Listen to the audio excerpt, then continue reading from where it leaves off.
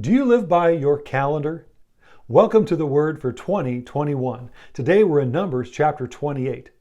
In this chapter, it's as though God was telling the people, get your calendars out because there are things that need to be on your calendar. And so Moses shares with the people what God wanted them to put on their calendar. As the people had their calendars out, it's as though God were saying to mark these down. Do not miss them. Do not neglect them.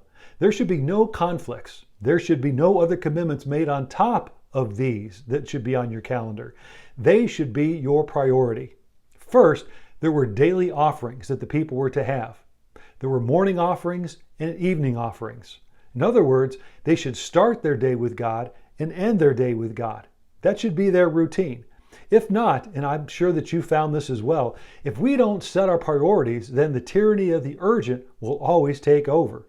If we don't set our calendar, someone or something else will. Martin Luther is attributed to this quote. He said, I have so much to do that I need to spend the first 3 hours in prayer. He knew that with God's strength, he could do so much more than he ever could on his own. In Mark chapter 1, verse 35, we read that very early in the morning, while it was still dark, Jesus got up and he went to a solitary place to pray. If Jesus needed to get up and pray, we do too. Spending time every day with the Lord is crucial. Devotional writer Crystal Williams put it this way, it should be a divine rhythm of every day. This is what David even talked about. In Psalm 5, verse 3, this is the way David put it. In the morning, O Lord, you hear my voice. In the morning, I lay my request before you in expectation. He started his day with God.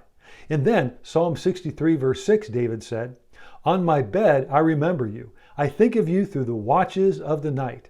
His day started with God and it ended with God.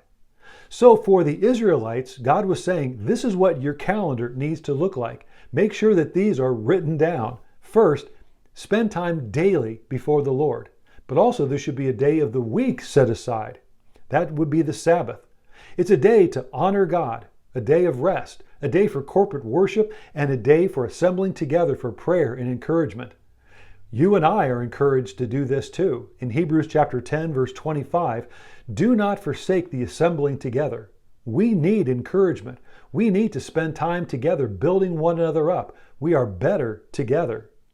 So, as we see what God was telling the Israelites, make sure your calendar had these on them, he was saying, these times should be a priority for you. They should be your routine. This should be your lifestyle. You need to make a commitment to this. Someone once said, if you really want to know what people are committed to, take a look at their calendar and their checkbook. Those two tell you what's really important to a person.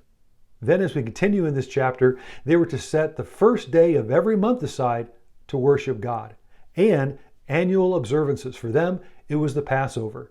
Do you see a progression here? Daily, weekly, monthly, and annually, you need to be thinking about God.